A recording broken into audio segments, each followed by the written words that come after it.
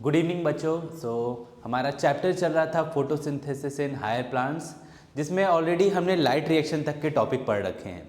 अब हमारा अगला टॉपिक है डार्क रिएक्शन, जिसे कुछ और नामों से भी जाना जाता है।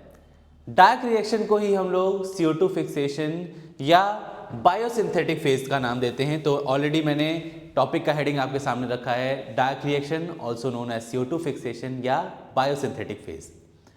देखिए, लाइट रिएक्शन में हमने ऑलरेडी ये पढ़ लिया कि लाइट एनर्जी को यूज़ करके प्लांट ने कई सारे प्रोसेसेस किए, नॉन साइक्लिक, साइक्लिक फोटोफॉस्फोराइलेशन किया, और अल्टीमेटली लाइट रिएक्शन से हमें कुछ एसिमुलेटरी पावर मिला, कुछ एनर्जी मिला in terms of ATP and NADPH2। अब आखिरी जो टॉपिक हमारा था कि ये जो ATP और NADPH2 फॉर्म हुआ, इसका यूज़ प्लांट्स कहाँ करते हैं? It is use in the process of CO2 fixation.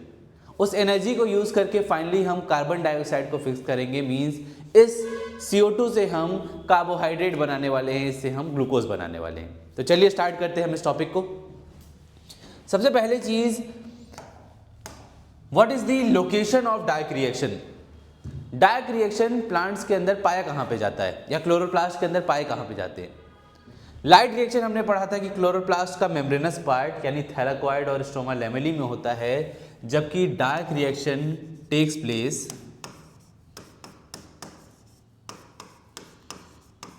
Place in stroma.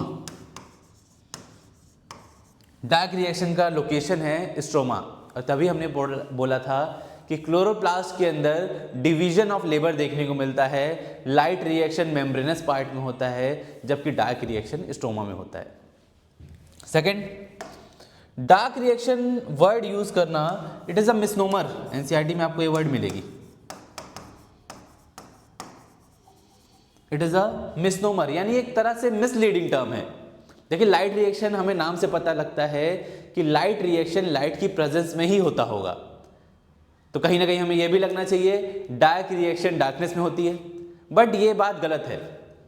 Dark reaction light पे डिपेंड नहीं करता, या लाइट पे डायरेक्टली डिपेंड नहीं करता, इस वजह से इसे डार्क रिएक्शन बोला गया है।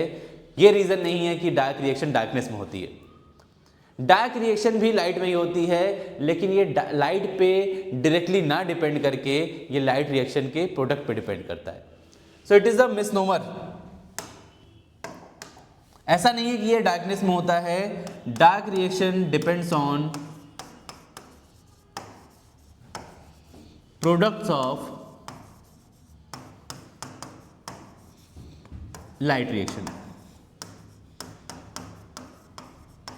और लाइट रिएक्शन के प्रोडक्ट क्या हैं ये हमने ऑलरेडी पढ़ रखा है, ATP and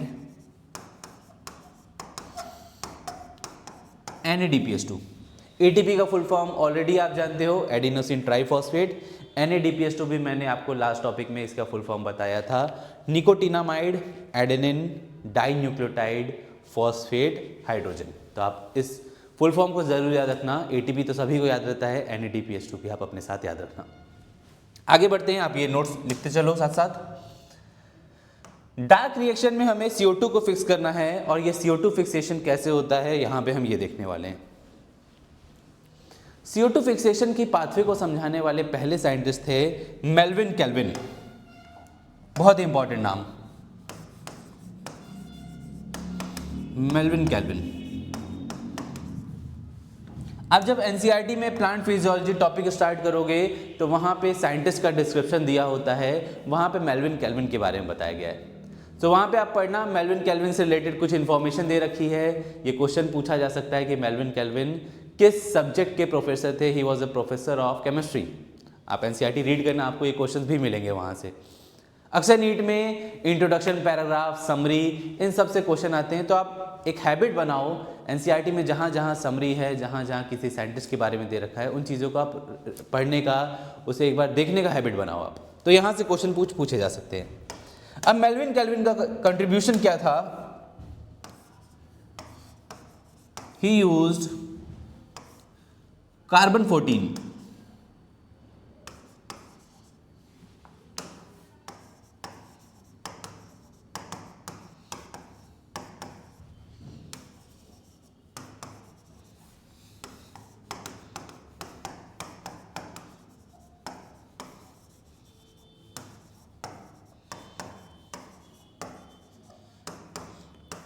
he was the first scientist या among one of the first scientist जिन्होंने रेडियो आइसोटोप्स को, कार्बन का रेडियो आइसोटोप कार्बन 14 को after world war 2 beneficial purpose के लिए यूज़ किया। रेडियो आइसोटोप को किसी बेनिफिशियल पर्पस में यूज़ करने वाले he was among the first scientist. और इन्होंने कार्बन 14 को यूज़ करके CO2 के पाथवे को ट्रेस किया कि CO2 फिक्सेशन में क्या क्या इंटरमीडिएट्स बनते हैं या फाइनली हमारा क्या प्रोडक्ट बनता है, ग्लूकोज का फॉर्मेशन कैसे होता है। तो इन्होंने ये देखा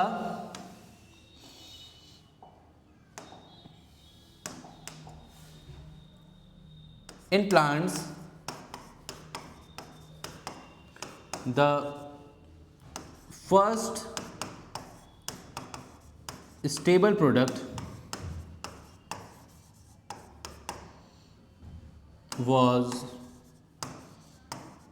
made of 3 कार्बन। इन्होंने ये ऑब्जर्व किया कि CO2 फिक्सेशन के दौरान जो पहला स्टेबल प्रोडक्ट बन के आ रहा है, ज़्यादातर प्लांट्स के अंदर ये कोई 3 कार्बन का प्रोडक्ट हुआ करता था और इस प्रोडक्ट का नाम था PGA। अगर आपने पहले चैप्टर कहीं पढ़ा होगा तो इसका फुल फॉर्म बहुत इंपॉर्टेंट है, या इसे 3PGA भी बोलते हैं। फुल फॉर्म है 3-फॉस्फो ग्लिसरिक एसिड। PGA का फुल फॉर्म 3-फॉस्फो ग्लिसरिक एसिड। सवाल ये है कि यहाँ पे 3 क्या रिप्रेजेंट कर रहा है? 3 यहाँ पे नंबर ऑफ कार्बन नहीं रिप्रेजेंट कर रहा है, 3 रिप्रेजेंट कर रहा है कि इस 3 कार्बन की जो चेन है इसके 3rd कार्बन पे फॉस्फेट जुड़ा हुआ है। सो ज़्यादातर प्लांट्स में कैल्विन ने ये ऑब्जर्व किया जो फर्स्ट स्टेबल प्रोडक्ट था, it was made up of a 3 carbon molecule जिसका नाम था फॉस्फोग्लिसरिक एसिड या 3-फॉस्फोग्लिसरिक एसिड। आगे चल के और भी कुछ साइंटिस्ट ने ऑब्जर्व किया तो ये देखा कि इन सम अदर प्लांट्स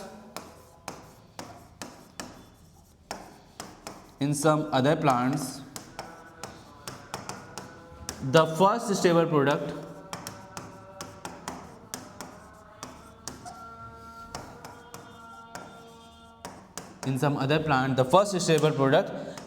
इस बार प्रोडक्ट 4 कार्बन का बना हुआ था। ज़्यादातर प्लांट ऐसे थे जिनमें पहला स्टेबल प्रोडक्ट 3 कार्बन का था, लेकिन बाकी साइंटिस्ट ने ऑब्जर्व किया कि कुछ प्लांट स्टेबल प्रोडक्ट 4 कार्बन का भी बनाते थे और इस प्रोडक्ट का नाम था OAA, oxalo acetic acid.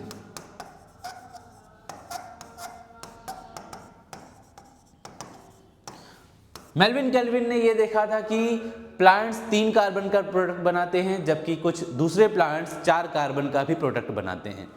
So on the basis of first stable product, इससे हमें एक क्वेश्चन के लिए टॉपिक मिलने लगा कि प्लांट्स को C3 प्लांट और C4 प्लांट किस बेसिस पे बोला जाता है? On the basis of their first stable product.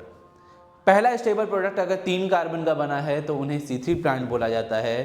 पहला स्टेबल प्रोडक्ट अगर कोई 4 कार्बन का मॉलिक्यूल है तो इसे C4 प्लांट बोला जाता है। So on the basis of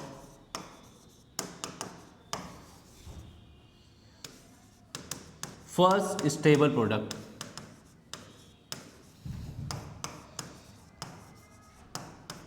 plants can be classified into C3 plants and C4 plants.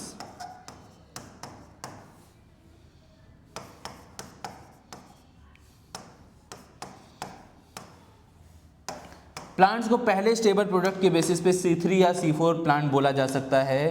C3 plant के कुछ एग्जाम्पल हैं हमारे पास, व्हीट एंड राइस, जबकि C4 प्लांट के सबसे कॉमन एग्जाम्पल हैं मेज, शुगर केन एंड सॉर्गम। मेज, शुगर केन, सॉर्गम ये हमारे C4 प्लांट के एग्जाम्पल हो गए, और बचे हुए एग्जाम्पल जैसे मैंने 2 एग्जाम्पल लिखे हैं व्हीट और राइस, ये हमारे C3 प्लांट के एग्जाम्पल हुए। चलिए अभी हमें ये पता लग गया कि प्लांट्स को C3 या C4 क्यों बोला जाता है। आप साथ ही साथ नोट करते चलो, प्लांट्स को C3 या C4 क्यों बोला जाता है ये हमें पता लग चुका है। अब हम ये देखेंगे कि प्लांट्स के अंदर CO2 को रिसीव करने वाला यानी प्राइमरी एक्सेप्टर कौन है।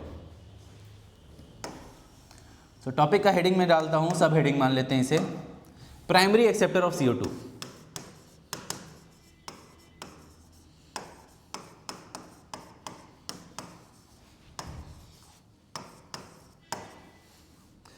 प्राइमरी एक्सेप्टर ऑफ CO2 क्या है, अब हमें यह समझना होगा। इसको ऐसे समझते हैं, मेरे पास कोई X मॉलिक्यूल है जिसे मैं प्राइमरी एक्सेप्टर ऑफ CO2 बोल रहा हूं। ये X मॉलिक्यूल CO2 के साथ कंबाइन करने वाला है और आगे चल के ये किसी दूसरे मॉलिक्यूल का फॉर्मेशन कराएगा, या इसको इस तरह भी हम लिख सकते हैं। ऐसा करते हैं, ये एक अननोन मॉलिक्यूल है, इसको मैं क्वेश्चन मार्क से रिप्रेजेंट करता हूं। ये एक अननोन मॉलिक्यूल है जिसे मैं CO2 के साथ कंबाइन करने वाला हूं। देखते हैं यहां पे क्या होगा। इस अननोन मॉलिक्यूल को अगर मैं CO2 के साथ कंबाइन करता हूं तो मुझे ये दिखाई दिया कि पहला स्टेबल प्रोडक्ट तो 3 कार्बन का बनता है, जैसा कि C3 प्लांट के केस में होता है। मेरे दिमाग में आना चाहिए कि ये अननोन मॉलिक्यूल जिसे मैंने क्वेश्चन मार्क से दिखाया है, ये अननोन मॉलिक्यूल कहीं ना कहीं कोई 2 कार्बन का मॉलिक्यूल होगा जो कि CO2 से जुड़ के 3 कार्बन का मॉलिक्यूल बना रहा है, यानी पहला स्टेबल प्रोडक्ट बना रहा है। बट बाद में पता लगा ये अननोन मॉलिक्यूल 2 कार्बन का ना होके it was a 5 carbon molecule, और जो कि CO2 के साथ कंबाइन हो रहा है और प्रोडक्ट में अभी भी 3 कार्बन का ही प्रोडक्ट बन रहा है, बट इसके 2 मॉलिक्यूल बन रहे थे। सो ये बहुत इंटरेस्टिंग चीज है कि ऐसा इनिशियली एज्यूम किया जाता होगा कि जो भी प्राइमरी एक्सेप्टर है that was made up of 2 carbon, but आगे चल के जब रिसर्च हुई, जब ऐसे चीज़ें पता लगने लगी, तो हमें पता लगा कि पहला स्टेबल प्रोडक्ट एक 5 कार्बन का मॉलिक्यूल था जो कि CO2 के साथ कंबाइन हो रहा है और 3 कार्बन का ही मॉलिक्यूल बन रहा है, लेकिन इसका एक मॉलिक्यूल ना बन के इसके 2 मॉलिक्यूल बन रहे थे। सो इनिशियली भी हमारे पास 6 कार्बन दिखाई दे रहे हैं रिएक्शन से पहले, और रिएक्शन पूरी होने के बाद भी हमारे सामने 6 कार्बन दिखाई दे रहे हैं। अब बड़ी बात यह थी कि 5 कार्बन का जो मॉलिक्यूल प्राइमरी एक्सेप्टर की तरह काम कर रहा है, ये है क्या? It is a keto sugar. ये एक शुगर है, ये तो बच्चे जानते ही हैं, आप ये याद रखना पूरा कि it is a keto sugar. Sugar aldehyde वाले भी होते हैं, कीटो शुगर भी होते हैं, ये आप याद रखना, it is a keto sugar, और जिसका नाम है RUBP। नाम लिखता हूं मैं इसका यहां पे, इस शुगर का नाम था RUBP। Full form is ribulose 1,5-बिसफॉस्फेट।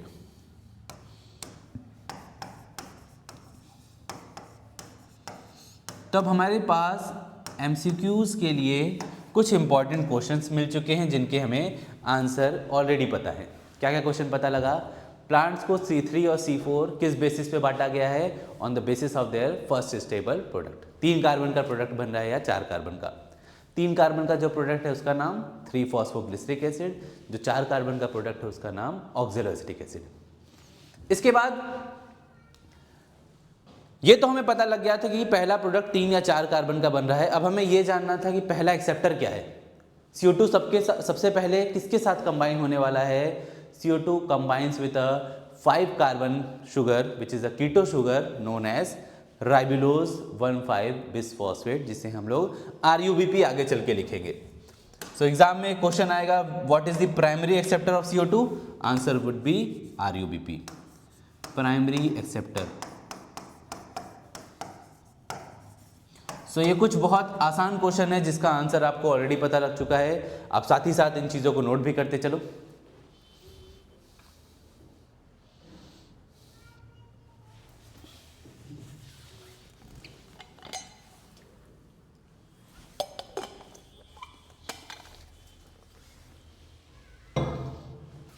चलिए, आपने नोट कर लिया होगा।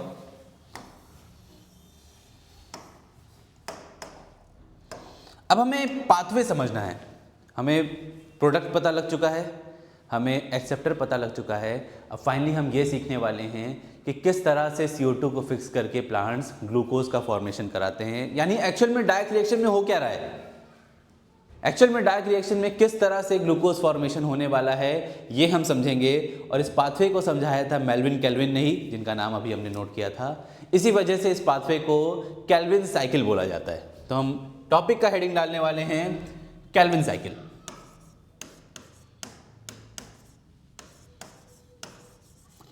इसे C3 पाथवे भी बोला जाता है, या इसे C3 साइकिल भी बोल सकते हैं। देखिए, किसी भी प्रोसेस को साइक्लिक प्रोसेस बोलने के लिए हमें प्रोसेस को जहां से स्टार्ट किया प्रोसेस वहीं पे कंप्लीट होना चाहिए, तभी तो वो एक साइकिल कंप्लीट करेगा। सो केल्विन साइकिल RUBP से शुरुआत होगी, क्योंकि RUBP ही तो हमारा प्राइमरी एक्सेप्टर है। सो अगर ये प्रोसेस RUBP से शुरुआत हो रही है इस प्रोसेस की, तो इस प्रोसेस को हम कंप्लीट भी करेंगे RUBP को रीजनरेट करा के।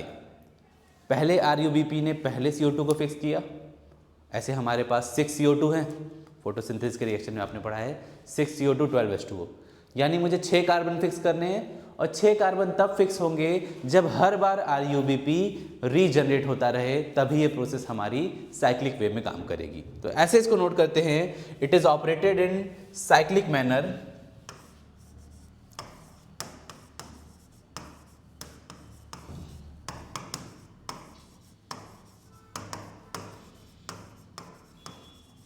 it is operated in cyclic manner because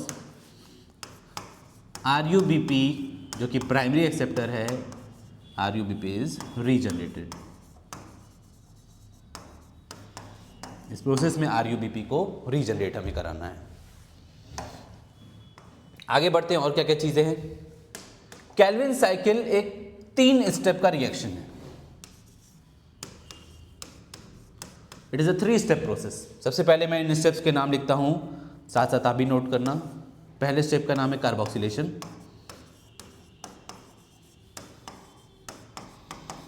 second step का नाम है रिडक्शन, और थर्ड स्टेप का नाम है रीजनरेशन।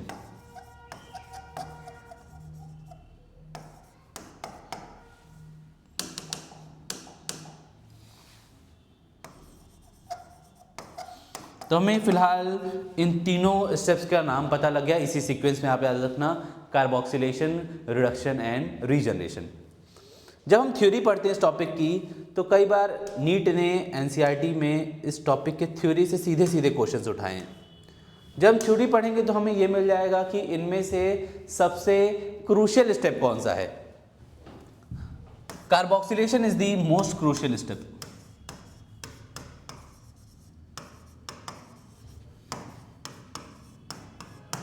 CO2 फिक्सेशन तभी होगा जब उसका कार्बोक्सिलेशन हो, यानी RUBP में CO2 को जोड़ा जाए। इस प्रोसेस को हम कार्बोक्सिलेशन बोल रहे हैं, and it is the most crucial step.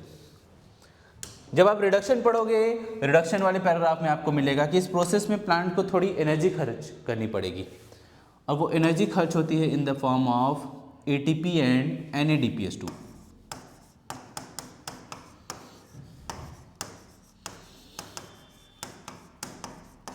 Plants को रिडक्शन स्टेप में 2 ATP और 2 NADPH2 खर्च करने हैं, जबकि रीजनरेशन स्टेप में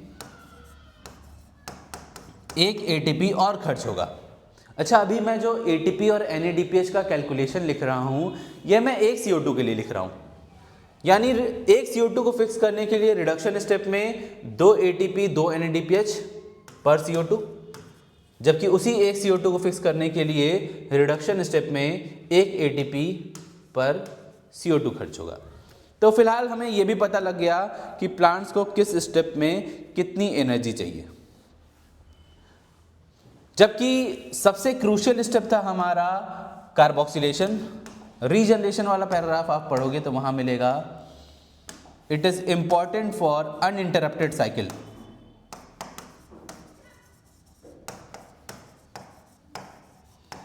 साइकिल अनइंटरप्टेड चलती रहे, लगातार चलती रहे, इसके लिए ज़रूरी है कि हम हर बार RUBP को रीजनरेट कराएं। उसी स्टेप को तो रीजनरेशन बोला गया है। So it is crucial for uninterrupted cycle. तो एट प्रेजेंट हमें काफ़ी बातें पता लग गई हैं। मोस्ट ऑफ द क्वेश्चन हमसे अब होने लगेंगे। हमें C3 प्लांट क्या है, C4 प्लांट क्या है, पहला प्रोडक्ट 3 कार्बन का है तो उसका नाम क्या, पहला प्रोडक्ट 4 कार्बन का है तो उसका नाम क्या, ये सारी बातें पता लग गई। केल्विन साइकिल मेल्विन केल्विन ने डिस्कवर की थी, इसके क्या स्टेप है, carboxylation, reduction, regeneration, most crucial step, कहाँ कितनी ATP खर्च हो रही है, ये सारी बातें हमें पता लगी। अब आते हैं मेन चीज़ जिसके लिए हमने ये टॉपिक स्टार्ट किया था, पाथवे समझना। इस पाथवे की शुरुआत होगी RUBP से, जो कि हमारा प्राइमरी एक्सेप्टर है। मैं फुल फॉर्म भी लिखता हूं साथ ही साथ, आप भी नोट करना।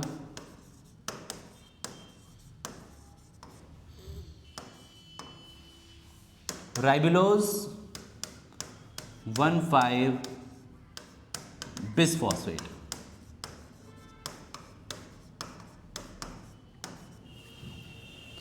RUBP सबसे पहले कंबाइन होने वाला है यहां पे CO2 के साथ, जिस प्रोसेस को हम नाम देंगे कार्बोक्सिलेशन। तो मेरा पहला स्टेप मेरे सामने अब आ चुका है। इस स्टेप का नाम था step number 1 known as carboxylation.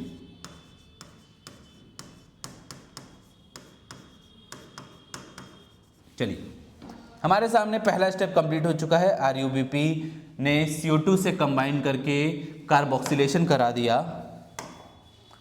और मुझे पता है कि पहला स्टेबल प्रोडक्ट जो बनेगा वो एक 3 कार्बन का मॉलिक्यूल है। नाम आपको भी याद हो चुका होगा अब तक, इट इज़ 3PGA, 3-फॉस्फोग्लिसरिक एसिड। लेकिन अच्छे से अगर आपको याद हो तो इसका एक मॉलिक्यूल ना बनकर इसका 2 मॉलिक्यूल बनता है, यानी 5 कार्बन इसके पास थे RUBP के पास, 1 कार्बन बाहर से आया, टोटल 6 कार्बन हो गए। और अभी भी मेरे सामने 6 कार्बन हैं क्योंकि PGA 3 कार्बन का मॉलिक्यूल था जिसके 2 मॉलिक्यूल्स फॉर्म हुए हैं। फुल फॉर्म भी लिख देता हूं, आपको भी अभी तक याद हो जाना चाहिए full form. The full form of PGA is 3-फॉस्फोग्लिसरिक acid. मैं बस फॉस्फोग्लिसरिक एसिड लिखता हूं यहां पे।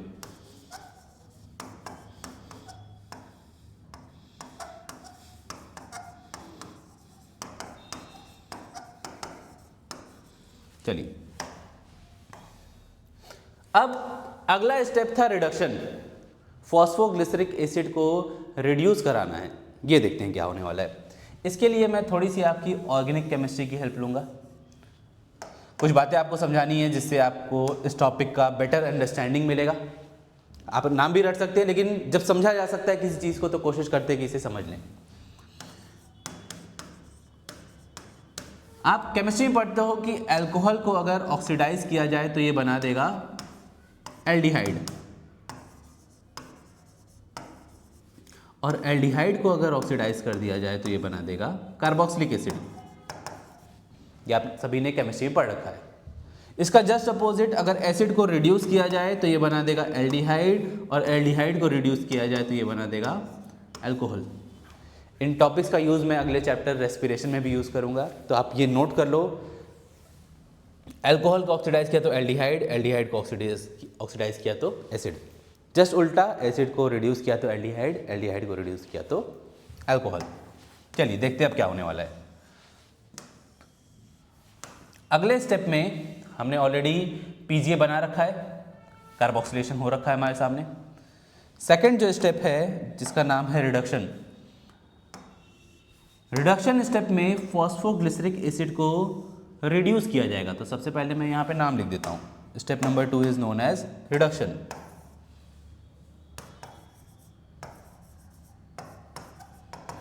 अभी मैंने पीछे बताया कि एसिड को रिड्यूस करते हैं तो वो एल्डिहाइड बनाता है, फॉस्फोग्लिसरिक एसिड को रिड्यूस करेंगे तो ये बना देगा फॉस्फोग्लिसरल्डिहाइड। क्या नाम बनाएगा? फॉस्फोग्लिसरल्डिहाइड। हमने फॉस्फोग्लिसरिक एसिड को रिड्यूस किया तो बन क्या गया? फॉस्फोग्लिसरल्डिहाइड। फॉस्फोग्लिसरिक एसिड के 2 मॉलिक्यूल थे तो फॉस्फोग्लिसरल्डिहाइड के भी 2 मॉलिक्यूल होंगे, शॉर्ट में से PgAl, फॉस्फोग्लिसरॉल्डिहाइड बोला जाता है। देखिए सीधे हम ये भी समझ सकते थे कि फॉस्फोग्लिसरिक एसिड से फॉस्फोग्लिसरॉल्डिहाइड बना, लेकिन आपको अब ये बात अच्छे से समझ में आ रही होगी क्योंकि हम एसिड का रिडक्शन करा रहे थे तो एल्डिहाइड ही फॉर्म होगा, फॉस्फोग्लिसरिक एसिड से बन गया फॉस्फोग्लिसरॉल्डिहाइड। अब ये phosphoglyceraldehyde it will be used in the formation of sucrose, starch या ग्लूकोज का कोई भी फॉर्म ये बनाने में यूज किया जा सकता है। फॉस्फोग्लिसरॉल्डिहाइड को हम कन्वर्ट करा सकते हैं सुक्रोज या स्टार्च के फॉर्मेशन में। एक चीज और यहाँ पे रह गई कि जब मैंने रिडक्शन स्टेप कराया तो पीछे मैंने आपको बताया था कि यहाँ पे एनर्जी खर्च हो रही है। इस प्रोसेस में मैंने 2 ATP खर्च कराए तो ये बना दिया 2 ADP, साथ ही साथ इनऑर्गेनिक फॉस्फेट। ना ही सिर्फ ATP खर्च हुआ था, यहाँ पे 2 NADH2 भी खर्च हुए थे, NADPH2, और ये बना देगा 2 मॉलिक्यूल NADP प्लस का। यानी रिडक्शन स्टेप में 2 ATP और 2 NADPH2 कंज्यूम हो गया। अब हमें लास्ट स्टेप कराना है रीजनरेशन। ज़रा ये समझते हैं कि रीजनरेशन क्यों ज़रूरी है। ग्लूकोज तो बन चुका है, लेकिन अभी मैंने सिर्फ एक CO2 को फिक्स कराया। ग्लूकोज तब फॉर्म हो रहा होगा जब ऐसे 6 कार्बन डाइऑक्साइड को मैं फिक्स कराऊं, और हर कार्बन डाइऑक्साइड के लिए मुझे फिर से RUBP की ज़रूरत पड़ेगी। ज़रा यहाँ देखना आप लोग, यहाँ पे मेरे पास कितने कार्बन हैं। फॉस्फोग्लिसरिक एसिड 3 कार्बन का होता है, इसके 2 मॉलिक्यूल हैं, यानी कि यहाँ पे मेरे पास 6 कार्बन है। इस 6 कार्बन में से मैं एक कार्बन अलग कर दूं तो मेरे पास 5 कार्बन बचेगा। वो 5 कार्बन से हम लोग RUBP को रीजनरेट करा लेंगे। Now this step is known as step number 3। इस स्टेप को बोला गया थर्ड स्टेप, रीजनरेशन। और रीजनरेशन स्टेप में भी हमने पढ़ा कि यहाँ पे भी ATP चाहिए होती है। इस प्रोसेस में एक ATP को खर्च करके ADP साथ ही साथ इनऑर्गेनिक फॉस्फेट बन गया। और ओवरऑल इस प्रोसेस को मैंने नाम दे दिया था केल्विन साइकिल या C3 साइकिल। तो देखते हैं, मैं इस पाथवे को एक बार फिर से समराइज करता हूँ। RUBP को CO2 के साथ कंबाइन किया गया, जहां पहला स्टेबल प्रोडक्ट बना 2 मॉलिक्यूल फॉस्फोग्लिसरिक एसिड के। कार्बोक्सिलेशन स्टेप के बाद आया reduction step. 2 molecule phosphoglyceric acid से बना 2 मॉलिक्यूल फॉस्फोग्लिसरॉल्डिहाइड, जहां से हम एक कार्बन को अलग कर लेंगे और 5 कार्बन को रीजनरेट करा लिया जाएगा। और क्या क्या बातें इंपॉर्टेंट है इस प्रोसेस में, कहीं पे मैंने किसी एंजाइम का अभी तक जिक्र नहीं किया है। आप लोग ये बताना कि अर्थ पे सबसे अबंडेंट एंजाइम कौन सा पाया जाता है। आपने बायोमोलिक्यूल में पढ़ रखा है most abundant enzyme is Rubisco, और रुबिस्को इसी प्रोसेस में कहीं इन्वॉल्व है। रुबिस्को का इन्वॉल्वमेंट था स्टेप नंबर 1 कार्बोक्सिलेशन में, यहां पे इन्वॉल्व था रुबिस्को। इसका फुल फॉर्म आप बताना, राइबुलोज 1,5 बिसफॉस्फेट कार्बोक्सिलेज ऑक्सीजनेज। अभी मैं इसके नाम पे आऊँगा, इसको नोट करके अच्छे समझेंगे। बट अभी फिलहाल मुझे ये पता लग गया कि कार्बोक्सिलेशन स्टेप में अर्थ का सबसे अबंडेंट एंजाइम रुबिस्को ने RUBP का CO2 के साथ कंबाइन कराया, यानी कार्बोक्सिलेशन कराया। और सेकेंड स्टेप था रिडक्शन, और थर्ड स्टेप था हमारा रीजनरेशन। ओवरऑल एक केल्विन साइकिल कराने में, यानी एक CO2 को फिक्स करने में मुझे कितनी एनर्जी लगी। अगर आप इस पूरे पाथवे को ऑलरेडी नोट कर रहे हो तो एक CO2 को फिक्स कराने के लिए मुझे 3 ATP लगी। 2 ATP रिडक्शन स्टेप में, 1 ATP रीजनरेशन स्टेप में, यानी 3 ATP। और NADPH2 कितना लगा? 2 ही लगा रिडक्शन स्टेप में। 3 ATP और 2 NADPH2 खर्च हुए फॉर 1 CO2 फिक्सेशन। पर CO2 इतनी एनर्जी खर्च हुई, लेकिन मुझे एक CO2 नहीं फिक्स करना है, मुझे ग्लूकोज बनाने के लिए 6 CO2 फिक्स कराने हैं। मीन्स इसको मल्टीप्लाई कर देंगे। अगर मुझे 6 CO2 फिक्स कराने हैं तो इसको 6 से आप मल्टीप्लाई करो, मुझे 18 ATP एंड 12 NADPH2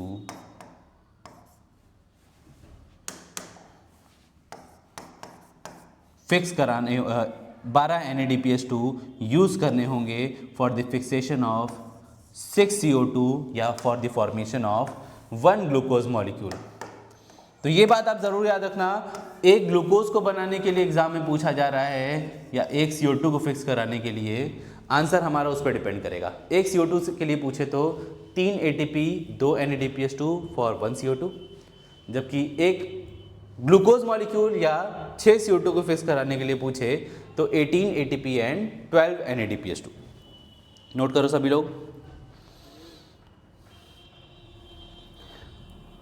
अगर आप अच्छे से ऑब्जर्व करोगे तो आपको दिखाई देगा कि ATP ज़्यादा कंज्यूम हो रहा है जबकि NADPH2 कम कंज्यूम हो रहा है। इससे रिलेटेड NCERT में एक लाइन दे रखी है, आप NCERT में लाइट रिएक्शन पढ़ना, कि साइक्लिक फोटोफॉस्फोराइलेशन होता ही क्यों है जब नॉन साइक्लिक में ऑलरेडी ATP और NADPH2 बन रहा था। साइक्लिक फोटोफॉस्फोराइलेशन इसलिए कराया जाता है, ऐसा आपको बुक में मिलेगा, it is probably to meet the difference between ATP and NADPH2। ATP खर्च भी तो ज़्यादा हो रहा है, इसीलिए हमें ATP बनाना भी है, और उसी ATP के एक्स्ट्रा प्रोडक्शन के लिए नॉन साइक्लिक में तो ऑलरेडी बन ही रहा था, हमने साइक्लिक करा के एक्स्ट्रा ATP फॉर्म भी कराया है। तो NCERT की चीज़ें आप रीड करो, उसको रिलेट करने की कोशिश करो। एंड में कुछ चीज़ें और रूबिस्को के बारे में भी बहुत चीज़ें में पढ़नी है। सबसे पहला ही सवाल, रूबिस्को का फुल फॉर्म, थोड़ी देर पहले मैंने नाम लिया था। The full form of rubisco is ribulose 1,5 bisphosphate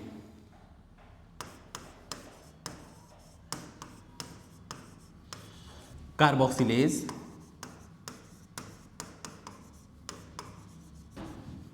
oxygenase. Rubisco का फुल फॉर्म है राइबुलोज 1,5 बिसफॉस्फेट कार्बोक्सिलेज ऑक्सीजनेज। देखिए इसके नाम में कार्बोक्सिलेज और ऑक्सीजनेज दोनों आ रहा है क्योंकि ये CO2 और ऐसे लिखते हैं यहाँ पे, क्योंकि ये CO2 के साथ भी कंबाइन कर सकता है और O2 के साथ, ऑक्सीजन के साथ भी।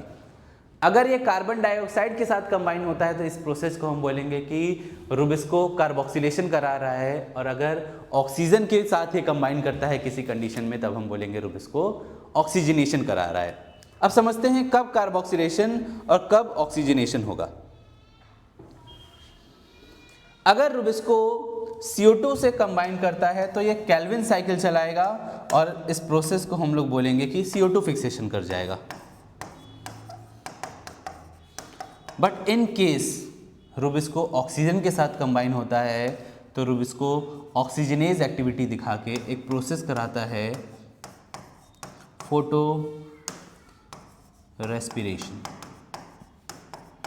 और फोटो रेस्पिरेशन प्लांट के लिए ही बड़ा ही हार्मफुल प्रोसेस है। इस प्रोसेस में ना ही कोई ATP फॉर्म हो रही है, ना ही NADPH फॉर्म हो रहा है। इनफैक्ट इस प्रोसेस में प्लांट ऑक्सीजन की हेल्प से ATP कंज्यूम करके CO2 को रिलीज करा देते हैं। इस वजह से फोटो रेस्पिरेशन एक वेस्टफुल प्रोसेस माना जाता है। क्या बताया मैंने? फोटो रेस्पिरेशन में प्लांट्स ऑक्सीजन की प्रेजेंस में, रेस्पिरेशन लिखा है, ऑक्सीजन की प्रेजेंस में लाइट के साथ मिलके RUBP को ऑक्सीजन के साथ कंबाइन कर दिया जाता है, और ऑक्सीजन के साथ कंबाइन होने पे ये CO2 रिलीज करा देता है। वो CO2 जो प्लांट की प्रोडक्टिविटी बढ़ा सकता था ग्लूकोज फॉर्मेशन करा के, वो CO2 प्लांट्स रिलीज कर दे रहे हैं। यानी इसके वजह से, फोटो रेस्पिरेशन की वजह से प्लांट की यील्ड घट जाती है। प्लांट की यील्ड डिक्रीज हो जाती है या प्लांट की प्रोडक्टिविटी घट जाती है, तो फोटो रेस्पिरेशन को बोला गया it is a wasteful process. आप NCERT भी रीड करना, मैं जो बातें बोल रहा हूँ ये सब NCERT में लिखी हुई है। तो प्लांट्स तो चाहेंगे कि RUBP या रूबिस्को कभी भी ऑक्सीजन के साथ ना कंबाइन करे। रूबिस्को तो कंबाइन करे तो किसके साथ करे? CO2 के साथ कंबाइन करे, जो इसकी प्रोडक्टिविटी बढ़ाए। तब हमें समझना होगा कब रूबिस्को CO2 से कंबाइन करेगा और कब रूबिस्को ऑक्सीजन के साथ कंबाइन करेगा।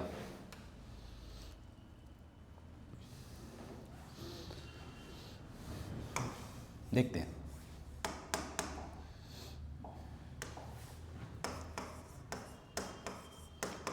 रुबिस्को फुल फॉर्म ऑलरेडी मैंने लिख दिया था, most abundant enzyme on earth,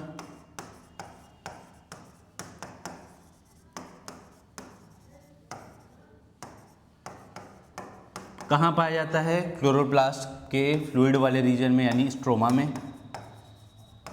एक बड़ा अच्छा क्वेश्चन बनता है कि रुबिस्को के लिए ऑप्टिमम पीएच क्या है? Optimum pH for Rubisco is 8।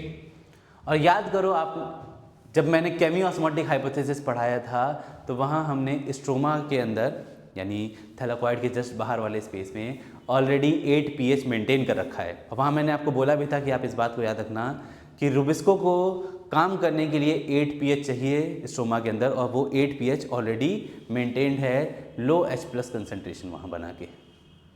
याद रखना आप ये बात। इसके अलावा rubisco is an allosteric enzyme, it have affinity for both. Rubisco एक एलोस्टेरिक एंजाइम है, इसके पास it have affinity for both CO2 and O2।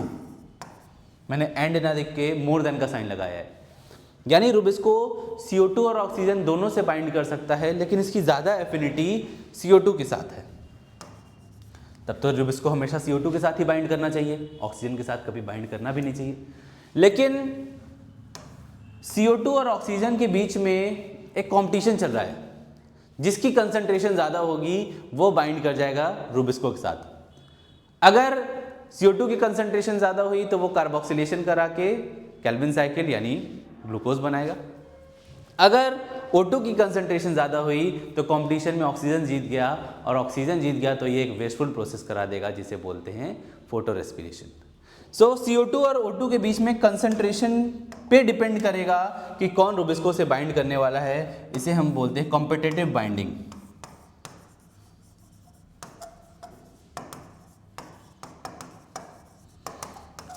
CO2 और ऑक्सीजन के बीच में कॉम्पिटिटिव बाइंडिंग होती है, और इस कंपटीशन में ये डिपेंड करेगा कि जिसकी कंसंट्रेशन ज़्यादा होगी वो रुबिस्को एंजाइम के साथ बाइंड करके उस तरह का प्रोसेस कराएगा। इस पाथवे में हमने बहुत सारे क्वेश्चन पढ़े। इस क्वेश्चन के थ्रू से हेल्प से हमने जैसे जैसे थ्योरी पढ़ा उनसे रिलेटेड जो जो क्वेश्चन हमारे बन रहे थे वो सभी क्वेश्चन मैंने आपको बताया। एग्जाम में सवाल इस तरह से आते हैं कि एक कार्बन डाइऑक्साइड को फिक्स करने के लिए कितनी एनर्जी चाहिए थी? 3 ATP 2 NADPH2।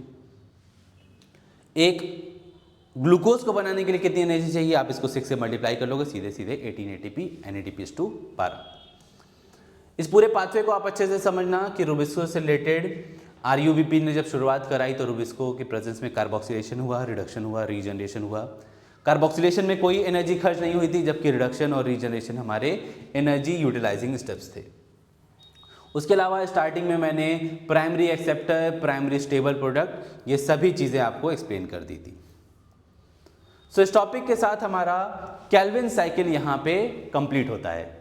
इससे रिलेटेड आपको जो भी डाउट होगा आप कमेंट बॉक्स में ज़रूर पूछना, मैं उन डाउट्स को ज़रूर रिप्लाई करूँगा। और अगली क्लास में हम लोग C4 पाथवे पढ़ेंगे। C4 पाथवे C3 प्लांट्स के प्रोडक्टिविटी में जो प्रॉब्लम आ रही है, यानी फोटो रेस्पिरेशन वाला जो डिसएडवांटेज C3 प्लांट के साथ जुड़ा है, उसी डिसएडवांटेज को पूरी करने के लिए प्लांट्स ने एक नया इवोल्यूशन दिखाया। प्लांट्स C3 के साथ साथ C4 पाथवे भी शो करने लगे।